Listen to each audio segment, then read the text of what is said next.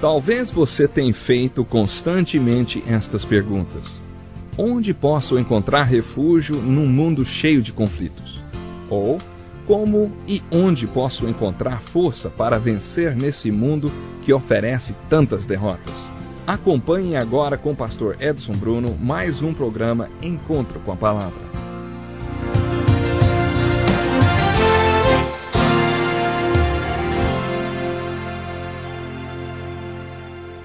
Bem-vindo ao Encontro com a Palavra, um programa feito para ajudá-lo a compreender a Bíblia e a aplicar suas verdades na sua vida. Fico feliz e honrado por você ter escolhido estar com a gente hoje. Se você puder, convide outras pessoas para se juntarem a nós nesses estudos. No Salmo 119, versículo 160, temos um relato sobre as Escrituras que diz o seguinte: As tuas palavras são em tudo verdade, desde o princípio. Isso quer dizer que quando viermos até as Escrituras procurando pela verdade, devemos procurar pela verdade plena. Não qualquer verdade, a grande verdade, o âmago, a essência de toda a verdade. O que Deus quer dizer com isso? Qual é a completa e conclusiva mensagem de Deus aqui? No mesmo espírito, abra sua Bíblia e leia vários livros, especialmente o Novo Testamento, procurando pelo que podemos chamar de o argumento do livro. Livros como Romanos e Hebreus têm um argumento interessante. Eles têm uma tese que está por toda parte do livro, da primeira à última palavra. Antigamente, até o século XVI, não existia essa divisão de capítulos e versículos na Bíblia. Um cardeal católico romano chamado Caro foi quem dividiu a Bíblia em capítulos no século XVI. Isso significa, como você já deve ter notado, que o apóstolo Paulo nunca ouviu falar em 1 Coríntios capítulo 10, verso 13, porque quando ele escreveu a carta de Corinto, ele não sabia que ela seria dividida em capítulos e versículos séculos mais tarde. Às vezes os capítulos e versículos são muito úteis e convenientes, mas às vezes eles podem quebrar a sua linha de raciocínio e fazer com que você perca a verdade que o autor do livro está tentando mostrar. Por isso, tente encontrar o argumento do livro. Sempre considere o contexto das passagens da Escritura. Uma das melhores maneiras de mentir é disfarçar a verdade, ou relatar a verdade fora do contexto, ou ainda, contar apenas uma parte da verdade. Mudando o contexto das Escrituras, você pode usá-las para provar qualquer coisa que quiser, qualquer ponto de vista. Por isso, sempre considere o contexto de uma passagem das Escrituras. Todas essas informações que eu estou compartilhando com você sobre a Bíblia podem abrir o seu entendimento. E eu também estou orando para que você possa entrar na Palavra de Deus e deixar a Palavra de Deus entrar em você. Sabe, eu gostaria agora de começar o estudo do primeiro livro da Bíblia, o livro de Gênesis. O livro de Gênesis fala sobre o começo. A palavra Gênesis, o nome desse livro é como a palavra genética, tem a ver com o início. Porque Deus começa a Bíblia, será, falando do início, da origem das coisas? No livro de Gênesis, Deus nos fala de muitas coisas como elas eram, porque Ele quer que nós compreendamos as coisas como elas são. Eu acredito que Jesus nos dá a chave do livro de Gênesis. Em Mateus capítulo 19, as pessoas vieram até Jesus e perguntaram sobre o casamento. Quando eles fizeram essas perguntas, Jesus disse: Olha, se vocês quiserem entender o casamento como ele é, volte e estude o casamento como ele era. Vá até Moisés ou Gênesis e faça a pergunta: qual era a intenção de Deus quando criou o homem e a mulher? Estude o casamento como ele era no princípio, disse Jesus, e vocês vão entender o casamento como ele é. Para mim, essa é a chave do livro de Gênesis. Sabe, eu acredito que devemos abordar o livro de Gênesis a partir dessa perspectiva. Assunto após assunto é discutido no livro de Gênesis, mostrando como era no princípio. À medida que você encontrar esses assuntos no livro de Gênesis, leia e se faça essas perguntas. Deus, o que é que tu estás descrevendo aqui como era no princípio? Para que eu possa apreciar e entender como isso realmente é. Eu gostaria de sugerir que você faça uma leitura geral do livro de Gênesis a partir dessa perspectiva. Primeiramente, no livro de Gênesis, Deus nos fala pouco sobre a criação e como ela aconteceu. Como já mencionamos, existem 1189 capítulos na Bíblia e somente 1,5 capítulos tratam da criação. Mas se você conversar com algum intelectual sobre a Bíblia, você acaba achando que a questão da criação é o único assunto do qual a Bíblia trata. Ela trata da criação muito rapidamente, pouco, apenas 1,5 capítulos. Mas por que, afinal, a Bíblia fala sobre a criação? Por que Deus nos conta um pouquinho sobre a criação? No livro de Gênesis, creio que Deus nos revela um pouco sobre como foi a criação, porque Ele sabe que um dia, assim como Davi, chegaremos a um lugar onde iremos sentir necessidade de um ato de criação bem dentro de nós. Davi falhou miseravelmente e quando ele fez isso, ele orou assim: cria em mim um coração novo, ó Senhor, e renova o meu espírito. O que Davi estava dizendo no Salmo 51:10 era simplesmente isso: Deus, eu preciso de um ato de criação no meu coração.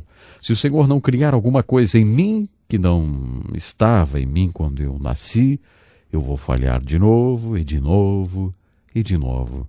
Deus, eu preciso de um ato de criação. Quando Jesus falou sobre o nascer de novo, ele disse: você precisa nascer novamente, porque o que nascer da carne é apenas carne. Quando os apóstolos comentaram sobre o ensinamento de Jesus sobre nascer de novo, eles chamaram essa essência de criação. Quem estiver em Jesus Cristo, nova criatura é, as coisas velhas já passaram. Eis que tudo se fez novo. Deus fez um ato de criação no coração do homem que nasceu de novo. Essa é a criação como ela é. Quando finalmente percebemos que precisamos desse ato de criação, eu acredito que Deus quer que saibamos que somente Ele pode fazer isso e que devemos nos voltar para Ele em busca desse ato de criação. Deus quer que nós entendamos o conflito das relações entre as nações, por exemplo. Ele quer que entendamos o conflito como ele é de fato. Por isso o capítulo 4 do livro de Gênesis fala sobre o conflito como ele era no princípio. Do capítulo 6 ao 9 de Gênesis, Deus fala sobre a catástrofe como ela era no princípio. Então entenderemos a catástrofe como ela é hoje. Deus destruiu o mundo inteiro. Isso foi chamado de dilúvio. Nos capítulos 6 a 9 encontramos a história de Noé e o dilúvio. Esse é um bom ponto para descobrir que o melhor comentário sobre a Bíblia é a própria Bíblia. O Novo Testamento nos fornece um comentário sobre a história de Noé e o dilúvio. Jesus toca nesse assunto 2 vezes. Ele faz uma comparação com a sua segunda vinda. O apóstolo que escreveu o livro de Hebreus diz que isso é uma figura da fé. O autor de Hebreus se concentra na fé de Noé e diz que essa é a lição que devemos aprender dessa história de catástrofe. O apóstolo Pedro compara o dilúvio com a salvação. Ele diz que Noé abria a arca para as pessoas e dizia: você pode entrar nessa arca e ser salvo. Esse é um grande símbolo daquilo que chamamos hoje de salvação. Quando lemos sobre Noé e o dilúvio, estamos lendo sobre a catástrofe como ela era no princípio. Faça-se essa pergunta: o que é que está sendo descrito aqui? O que é que Deus quer que eu entenda com isso? Eu creio que você verá a aplicação dessa história na sua vida. No livro de Gênesis temos também a aliança entre Deus e o homem. É o fenômeno de Deus vindo até o homem para fazer uma aliança. Isso acontece ao longo de toda a Bíblia.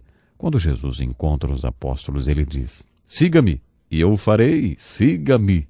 Essa é a sua parte. Eu o farei. Essa é a minha parte. Isso é uma aliança, um acordo. Deus faz alianças assim com a gente. Esse é o significado da expressão Velho Testamento, a antiga aliança, e da expressão Novo Testamento, que significa a nova aliança. A velha aliança é: creia em mim quando eu digo que vou fazer algo a respeito da separação entre o homem e Deus, porque Jesus está vindo. A nova aliança é: creia em mim quando eu digo que fiz algo a respeito da separação entre o homem e Deus, porque Jesus veio. Deus quer que entremos em uma aliança de fé com Ele. Uma aliança como ela era no princípio, pois assim poderemos entender a aliança como ela é. Isso aparece no livro de Gênesis capítulo 9, no fim da história do dilúvio. No 11º capítulo de Gênesis temos uma história muito interessante. Vemos os homens se reunindo. Deus olha para baixo e diz: olha aqueles perversos se juntando, unindo suas tecnologias e seus cérebros, achando que se estiverem unidos não há nada que não possam realizar. Então Deus disse: acho que vou acabar com isso. Então ele desce e destrói tudo. Na história da Torre de Babel, o que Deus está tentando nos mostrar? Acho que ele está nos mostrando algo muito significativo.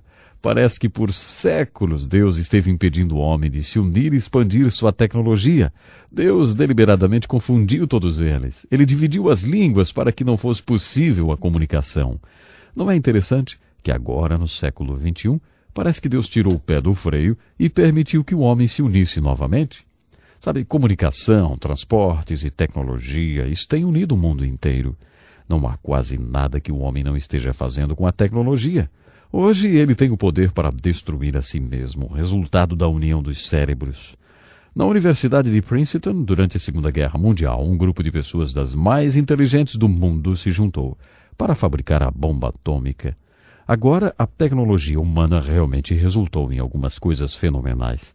É interessante quando voltamos ao livro de Gênesis. Quando o homem começou a se unir, Deus disse, espere aí, tem algumas coisas que eu quero fazer primeiro. Ele então enviou Abraão, e daí temos aquele período de 2000 anos da história. Então, mais tarde, Deus parece estar tirando o pé do freio e dizendo, tudo bem, vá em frente, juntem-se, façam o que quiserem. Será possível que o mundo gire para cima ou para baixo, dependendo da nossa filosofia, porque Deus permitiu que o homem se juntasse? O que Deus nos diz no 11º capítulo de Gênesis? Quando lemos Gênesis capítulo 12, encontramos 3 personagens, Abraão, Jacó e José. Deus nos diz muita coisa através do estudo dos personagens. Deus quer que entendamos a fé. A fé é muito, muito importante. Por isso Deus nos conta a história de um homem chamado Abraão. Deus queria que entendêssemos o que chamamos hoje de crise de identidade. Por isso Ele nos contou a história de Jacó. Deus queria que soubéssemos que Ele está no comando e que Ele é soberano nas circunstâncias de nossa vida. Por isso Ele nos contou a história de José. Bem, essa é uma visão geral do livro de Gênesis. Quando você estiver lendo o livro de Gênesis, procure observar as coisas como elas eram no princípio. Toda vez que você encontrar o livro de Gênesis descrevendo alguma coisa como ela era no princípio, pergunte-se, o que Deus está me dizendo agora? O que é que Deus quer que eu saiba? Por que Ele me falou sobre isso no livro de Gênesis? Agora estamos realmente começando o nosso estudo da Bíblia. Eu gostaria de desafiá-lo a fazer 3 coisas. Primeiro, tenha certeza de não perder nossas aulas e peça sua cópia da apostila de estudos. A segunda coisa é convidar seus amigos e sua família para participar desse importante estudo. Finalmente, comece agora, se você ainda não começou, a ler o livro de Gênesis. E lembre-se de fazer as seguintes perguntas. O que isso quer dizer? E o que isso significa para mim? Ou, o que Deus quer que eu faça com o que eu estou aprendendo? Pense nisso e até o nosso próximo programa. Que lição importantíssima. Obrigado, Pastor Edson Bruno. Prezado ouvinte, coloque em prática o que você ouviu aqui.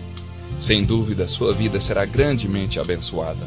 Este é um estudo escrito pelo Dr. Dick Woodward, na voz do Pastor Edson Bruno. Escreva-nos e solicite o material. Nosso endereço é Encontro com a Palavra, Caixa Postal 2011, CEP 89201-970, Joinville, Santa Catarina. Até o nosso próximo Encontro com a Palavra.